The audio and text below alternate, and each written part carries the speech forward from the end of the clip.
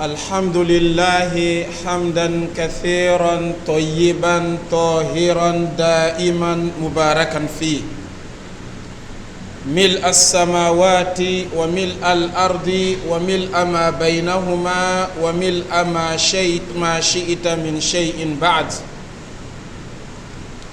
وأشهد أن لا إله إلا الله وحده لا شريك له ولا ند له ولا صاحبة له ولا ولد له، له الملك وله الحمد يحيي ويميت وهو حي لا يموت، بيده الخير وهو على كل شيء قدير. وأشهد أن سيدنا وحبيبنا وشفيعنا وقائدنا محمدا عبده ورسوله جاءنا بالمهجة البيضاء ليلها كنهارها لا يزيغ عنها إلا هالك، فصلوات ربي وسلامه عليه وعلى آله وأصحابه ومن تبعهم بإحسان إلى يوم الدين. أما بعد، عباد الله، اتقوا الله تعالى وراقبوه وأطيعوه. قال الله عز وجل: يا أيها الذين آمنوا اتقوا الله ولتنظر نفس ما قدمت لغد واتقوا الله إن الله خبير بما تعملون. أيها المسلمون عباد الله، حياكم الله جميعا، طبتم وطاب سعيكم وممشاكم وتبوأتم من الجنة منزلا.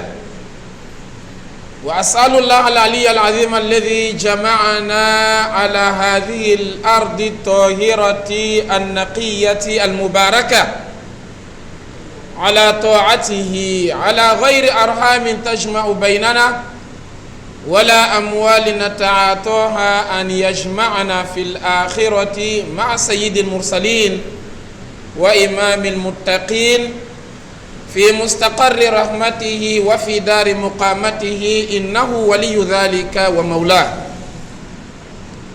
عباد الله، أحبتي في الله، فبعد الصلاة والسلام على رسول الله، عنوان خطبتي معكم اليوم بمشيئة الله تعالى هو البلاء والابتلاء.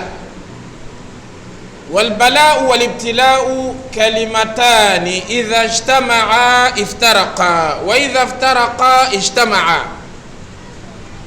يعني إذا ذكرت واحدة منهما دون أخرى اندرجت الأخرى تحتها، وإذا ذكر معا كان لكل واحد معنى. وقد قال الله عز وجل: فأما الإنسان إذا ما ابتلاه ربه فأكرمه ونعمه فيقول ربي أكرمن، وأما إذا ما ابتلاه فقدر عليه رزقه فيقول ربي أهانن.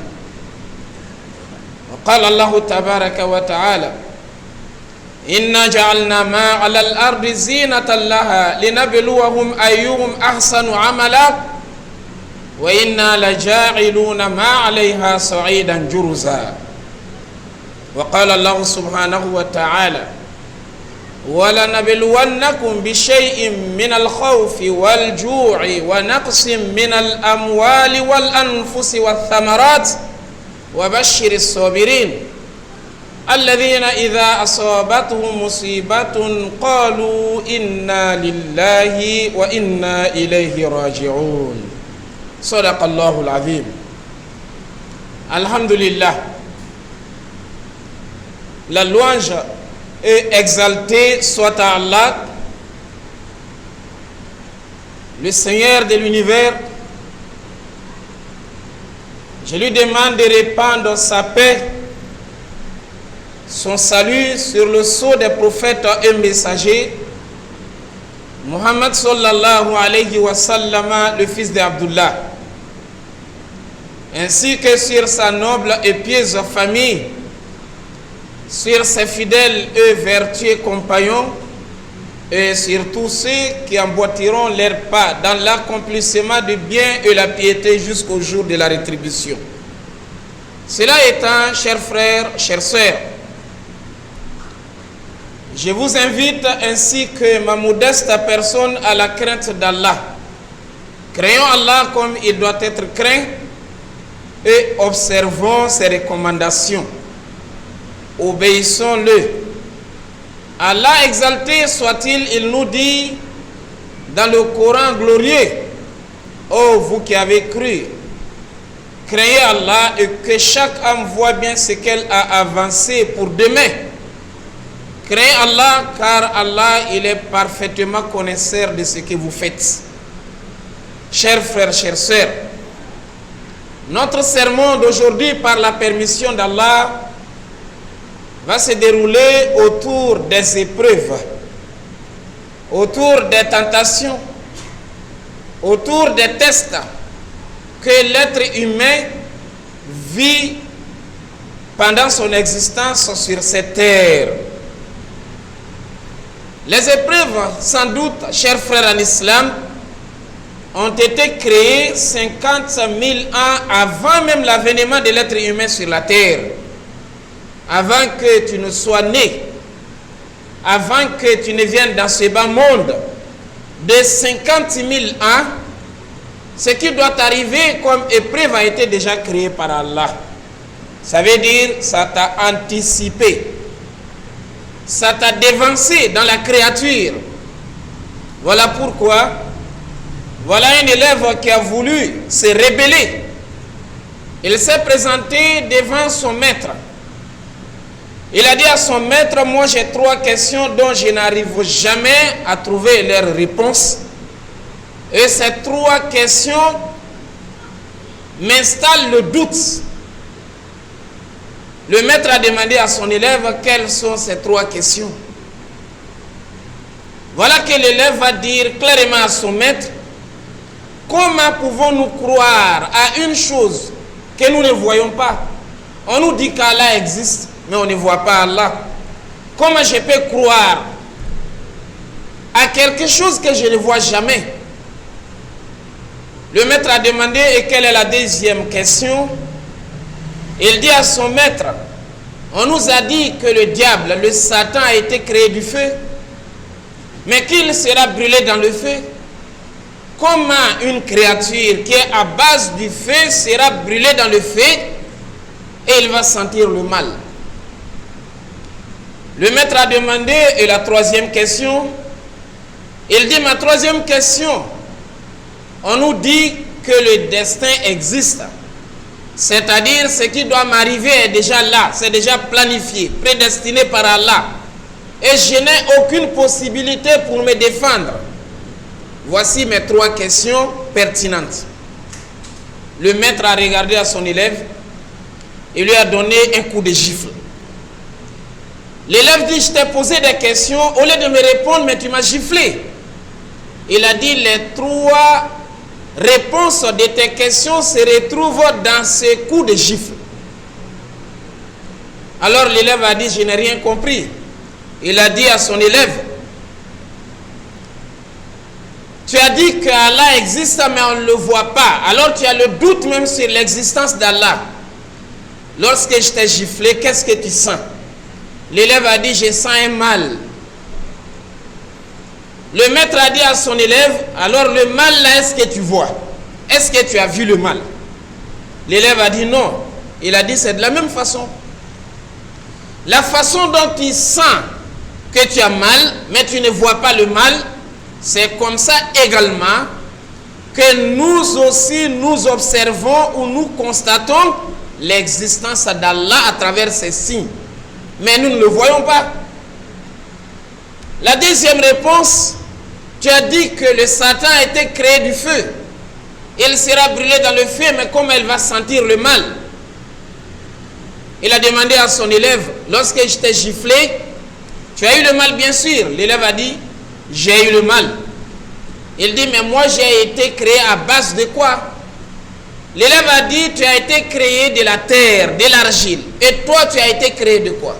Il a dit également de la terre, de l'argile.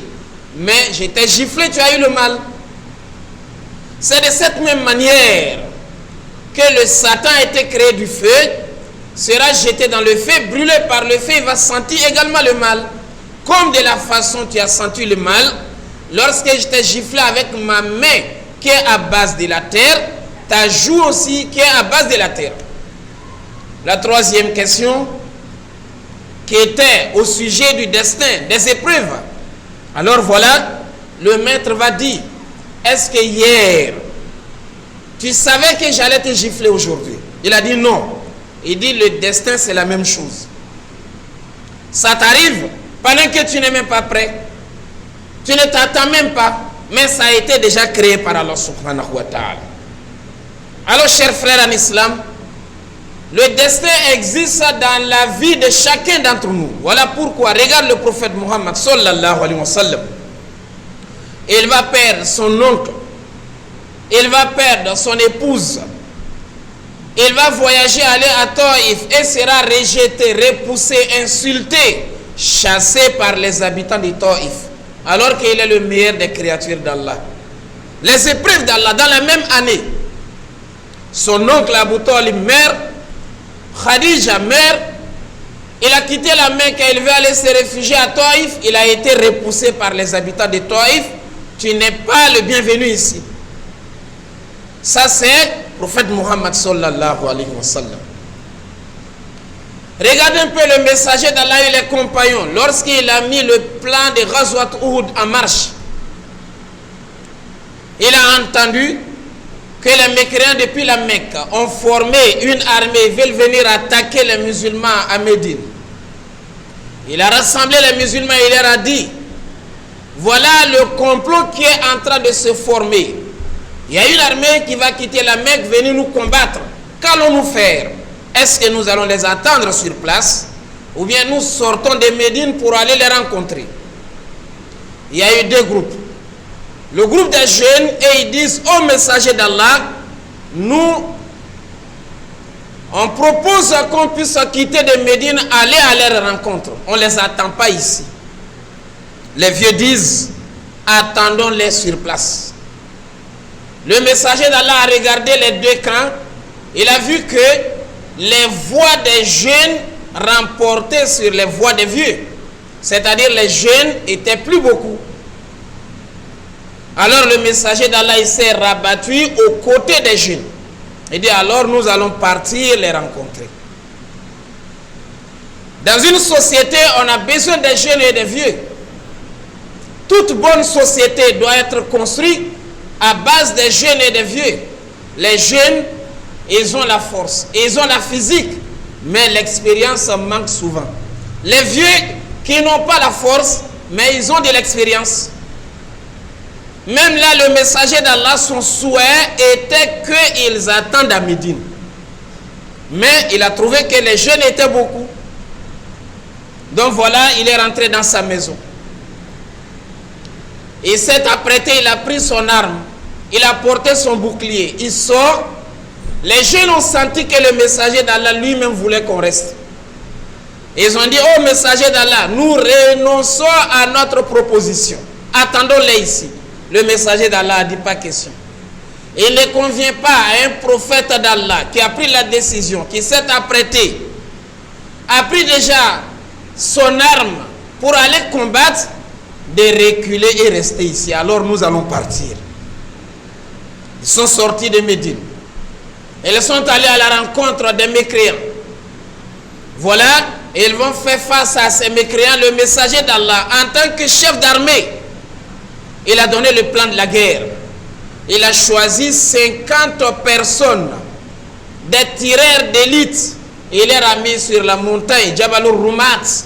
Il leur a dit, ne descendez pas. Maintenez votre position. Peu importe. Et vous allez en ce moment protéger ceux qui sont en bas. Il a mis Abdullah ibn Jubayr à leur tête. Les 50 sont restés. La guerre a commencé entre les deux camps. Les musulmans ont eu le dessus. Parce que généralement, dans une guerre, celui qui arrive du côté du haut a de la force que celui qui est en bas. Même de nos jours, ceux qui arrivent sur les voies aériennes ont plus la victoire ou ils sont en position de force que ceux qui sont en bas. Mais voilà que les musulmans ont failli gagner cette guerre. Les mécréants ont commencé à fuir. En fuyant, ils ont abandonné leurs biens, ils ont abandonné leur matériel. Les musulmans commencent à rassembler cela. Les 50 qui étaient au sommet de la montagne disent descendons. La guerre est terminée, on a gagné. Abdullah ibn Jubayr a dit ne descendons pas. Le messager d'Allah a dit qu'on ait la victoire ou pas, on ne doit pas descendre. Ils ont dit non, la guerre est finie, on descend. Et voilà, ils ont commencé à descendre. Peu de temps après, le sommet de la montagne est devenu vide, aucun musulman. Et ils sont venus se joindre à ceux qui sont en bas. Abu Sufyan ibn Harb, celui-là qui maîtrisait parfaitement la guerre avant son islamisation. Il était du côté des mécréants. Lorsqu'il a vu que le sommet de la montagne est devenu vide, il a fait demi-tour avec les mécréants, il est monté sur la montagne et ils ont pris la place des musulmans. Les musulmans se retrouvent en bas et les mécréants en haut. Voilà, la guerre a changé de forme. Et ils ont commencé à combattre les musulmans. Le messager d'Allah, ce jour-là, ses dents se sont cassées. Le messager d'Allah a saigné. Il y a même des rumeurs qui disaient qu'il est mort. Mohammed est mort, il a été tué. Regardons un peu l'épreuve qui a eu ce messager. Ça veut dire que nous, on n'est pas à l'abri des épreuves. Chers frères en islam, et également les compagnons, il y a beaucoup d'entre eux qui ont été tués. Parmi eux, il y avait Hamza, il y avait Moussa ibn Umayr, qui ont été enterrés sur place. D'autres sont rentrés à Médine avec des blessures, les épreuves d'Allah subhanahu wa ta'ala. Alors que ceux-là sont des musulmans, les autres là-bas sont des mécréants. Et à notre tour, chers frères en islam, les épreuves ne manquent jamais. Parmi les épreuves qui peuvent nous atteindre facilement et fréquemment, il y a la maladie. Tu tombes malade, ça ne va pas. Des fois, tu te rends même à l'hôpital, on fait les analyses, les radios, les examens, on ne voit rien. Mais tu es malade. Le messager d'Allah, il nous dit, un musulman qui se sent malade, qu'il dise cette invocation. S'il dit l'invocation et que ce n'est pas une maladie qui doit lui donner la mort, Allah subhanahu wa ta'ala, il va lui donner sa santé. Ou un musulman malade, il a été visité par les visiteurs musulmans, qu'ils puissent prier pour lui avec cette invocation. Si ce n'est pas une maladie qui doit l'amener à la mort, Allah subhanahu wa ta'ala, il va le rétablir, il va lui donner sa santé. Voilà l'invocation qui se résume dans 3 phrases. As'alullah al-azima, Rabbal arshil azim, an yashfiyak. As'alullah al-azima, Rabbal arshil azim, an yashfiyak. 7 fois. Pour un malade, Allah subhanahu wa ta'ala va l'accorder sa santé. Mais ne dis pas que c'est l'autre qui m'a ensorcelé. C'est à base de la magie que l'autre avait fait. Mais il faut remettre dans les mains d'Allah subhanahu wa ta'ala. Et cette maladie également sera une purification des péchés. Tu avais des péchés, Allah va expier ces péchés-là parce que si tu as senti mal, tu es tombé malade. Les péchés seront effacés.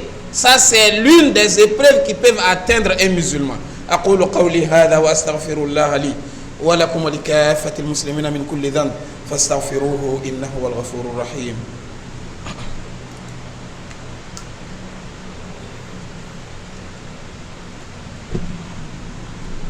الحمد لله رب العالمين والعاقبة للمتقين ولا عدوان إلا على الظالمين وأشهد أن لا إله إلا الله وحده لا شريك له وأشهد أن محمدا عبده ورسوله.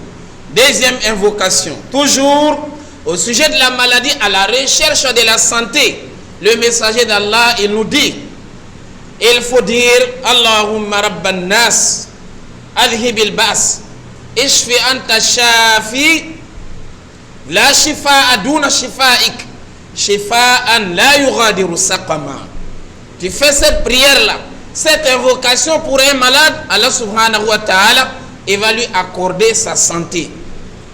Deuxième épreuve que nous allons citer ici, c'est la dette. Et la dette, chers frères en islam, est dangereuse dans la religion de l'islam. Voilà pourquoi celui qui joue avec la dette est en train de jouer avec son avenir de l'au-delà. Le messager d'Allah a dit, peu importe la valeur de l'œuvre que tu vas mettre en place, même si tu as participé au djihad, tu as été tué, les dettes restent gravées dans tes dossiers. Tu n'as pas accès au paradis. Et il faut qu'on puisse d'abord régler les dettes. La dette, chers frères en islam, on ne doit pas jouer avec. Mais le messager d'Allah, il a été clair dans un hadith où il nous dit, Man akhadha amwal an-nasi yuridu ada'aha adaha Allahu anhu. Wa man akhadhaha yuridu itlafaha atlafaha Allahu anhu. Celui qui prend la dette chez les gens, il a l'intention de rembourser, Allah va lui faciliter. Mais celui qui prend la dette, lui-même ne veut pas rembourser, Allah subhanahu wa ta'ala fera de sorte qu'il ne va pas avoir la solution pour régler. La dette, c'est une épreuve de la part d'Allah. Celui qui connaît la réalité de la dette, il a peur de la dette. Tu as besoin d'acheter une voiture. Alhamdulillah, tu as 3 millions. Il y a des voitures de 3 millions. Tu vas aller t'endetter, prendre une voiture de 10 millions, alors que ce n'est pas obligé. Celui-là, il ne connaît pas la gravité de la dette. La dette, on prend lorsqu'on manque les moyens, les solutions. Voilà. Un compagnon du messager qui avait donné la dette à un tabi'i. Le tabi'i avait donné le rendez-vous, la promesse de remboursement de la dette. Et le hadith, il est dans Sahih ou Muslim. La date est arrivée, il va se présenter dans la maison de son ami cherchant son argent. Dès que l'ami a entendu sa voix, Assalamu alaikum, il s'est caché dans la maison. Il a salué la famille, il a dit à la famille, c'est-à-dire la femme du monsieur, où est ton mari? La femme a déjà vu le mari en train de se cacher. La femme a dit à cet ami-là, il est sorti, il n'est pas là. Il y avait un enfant de 5 ans. Cet enfant de 5 ans, l'homme il s'est tourné vers l'enfant, il a dit, où est ton père?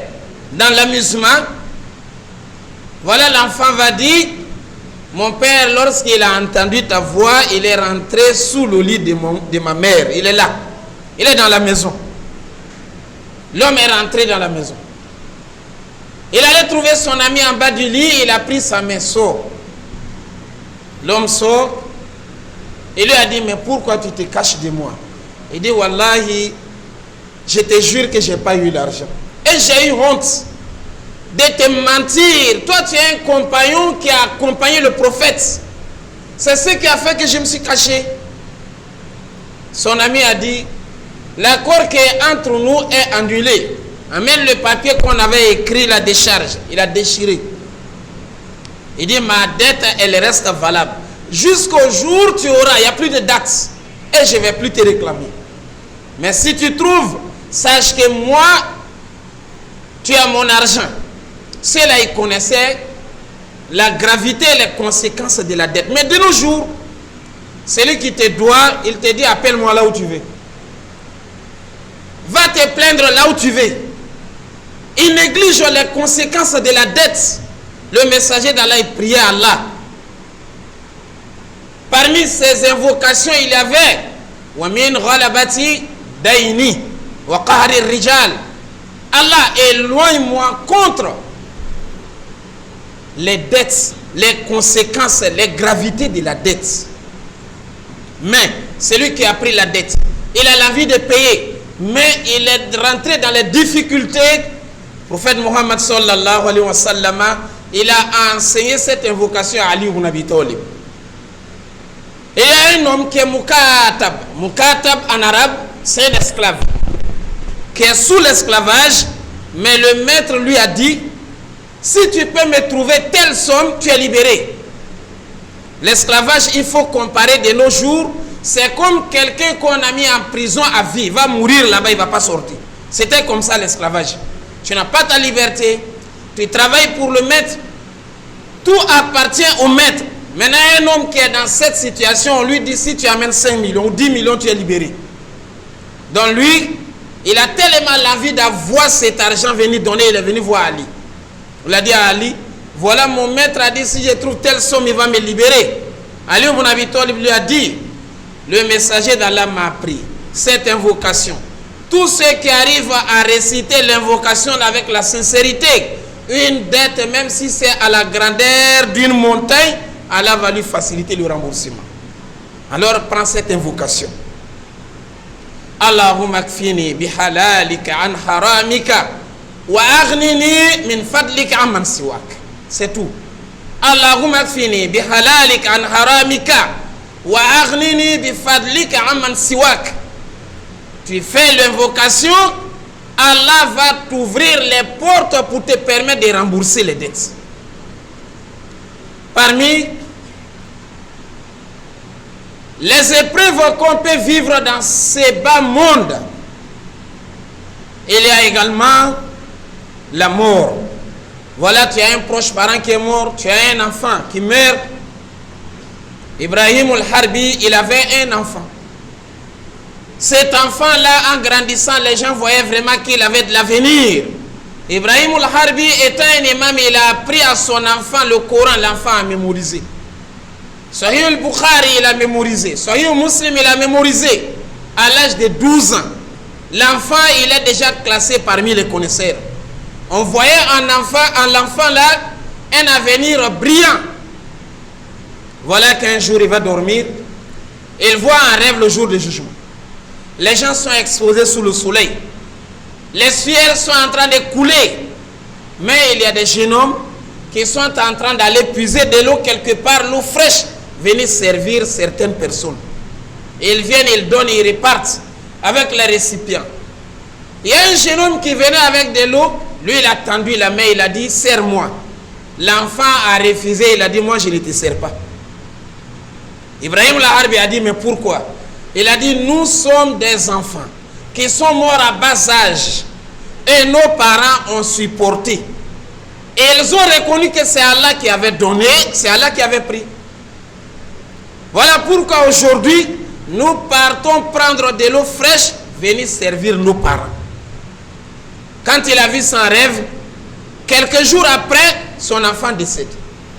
L'enfant est mort, les gens venaient pour présenter les condoléances. Mais les gens ont constaté, quand on vient chez lui pour présenter les condoléances, c'est comme rien ne s'est passé. Il est heureux, il les accueille bien, il les salue. Il y a l'un des visiteurs qui a dit, Cheikh, toi tu as perdu ton enfant, non? Il a dit, bien sûr. Mais comment est ton attitude? On ne comprend pas. On dirait quelqu'un qui est content. Il a dit, voilà ce que j'ai vu en rêve avant quelques jours. Voilà pourquoi l'enfant là, quand il est mort, moi je me dis également qu'il est parti préparer le terrain du jour de jugement pour moi. Donc, chers frères en islam, tu as perdu un enfant, tu as perdu ta femme, tu as perdu ton père, ta mère, un proche parent, il faut dire inna lillahi wa inna ilayhi raji'un. Allahumma ajurni fi musibati wa akhlif li khayran minha. L'invocation du prophète Muhammad sallallahu alayhi wa sallam. Lorsqu'on perd des proches parents, c'est ce qu'il faut faire comme invocation. Et voilà une autre épreuve qu'on peut vivre dans ces bas mondes. Les moyens. Celui-là, avant 5 ans, il n'était rien. Mais aujourd'hui, il est dans le rang des multimillionnaires. Il a eu beaucoup d'argent. Les amis disent, on était ensemble il n'y a même pas longtemps, on faisait ceci. Mais voilà aujourd'hui. Pour nous, ça, ce n'est pas une épreuve, mais c'est une épreuve. Allah lui a donné les moyens. Qu'est-ce qu'il va faire avec les moyens là? C'est une épreuve de la part d'Allah subhanahu wa ta'ala, voir les moyens. Et Et lorsqu'on a les moyens également, comment on va se comporter avec ces moyens? Inna ja'alna ma'ala al-ardi zinatan laha. Allah a dit, j'ai mis tout ce qui est sur la terre pour orner la terre, pour embellir la terre, linabluwahum, afin de les tester. Ayyuhum ahsanu amala. Qui d'entre eux fera du bien? Là, on regarde qu'est-ce que tu vas faire avec les biens. Voilà, toi avec tes millions, c'est toi qui invites maintenant les chanteurs, les musiciens. C'est toi qui es en train de louer les boîtes de nuit. C'est toi qui invites les amis à aller payer de l'alcool pour eux. C'est toi qui ne veux pas laisser passer aucune jolie femme. Parce que tu as les moyens aujourd'hui. Les épreuves des moyens vont te conduire dans le feu de l'enfer. Et d'ailleurs, il y aura des gens, lui il n'a jamais eu de l'argent. Il a passé toute sa vie dans la pauvreté, mais va se retrouver également dans le feu de l'enfer à cause des moyens. Parce que voilà, un milliardaire qui est en train de désobéir à Allah avec son argent. Le pauvre est là, il dit vraiment, un tel là aujourd'hui il a les moyens. Regarde les voitures qu'il paye. Regarde les stars qu'il amène ici. Regarde les boîtes de nuit qu'il loue. Regarde les qualités d'amis qu'il a. Ah, si moi j'avais les moyens, j'allais faire comme ça. Toi et lui, vous êtes pareils. Le jour du jugement, il sera ressuscité, tu es à côté de lui. Alors que tu n'as pas eu les moyens. Mais toi et lui, vous êtes égaux. En ce moment-là, vous avez désobéir à Allah subhanahu wa ta'ala dans son épreuve. Et l'épreuve, souvent, des moyens sont même difficiles à gérer que l'épreuve de la pauvreté. Celui qui a beaucoup d'argent, il peut tout faire. Il peut tuer, il peut emprisonner, il peut insulter, il peut taper. À celui-là, il est sous des épreuves difficiles. Mais le pauvre, souvent, il y a des péchés où il y a du mal que lui ne pense même pas à faire. Parce qu'il voit que moi, je ne peux pas arriver à faire ça. La femme là, je l'aime, mais je ne peux même pas tenter. Les habits qu'elle porte là dépassent mon salaire. La voiture qu'elle roule là, dans toute ma vie, je n'ai jamais économisé ça. Mais le riche, lui, il peut tout faire. Alors, les moyens sont des épreuves. Si Allah te donne les moyens, la in shakartum la azidannakum. La première des choses, alhamdulillah. Allah, tu m'as donné les moyens. Mon ami interne n'a pas les moyens, mais il est plus intelligent que moi, plus fort que moi, plus instruit que moi. Je te remercie. Mais toi, tu penses que c'est ta physique, c'est ton intelligence, c'est ton niveau intellectuel. Tu désobéis à Allah avec ses moyens. Tu es tombé dans le piège du diable.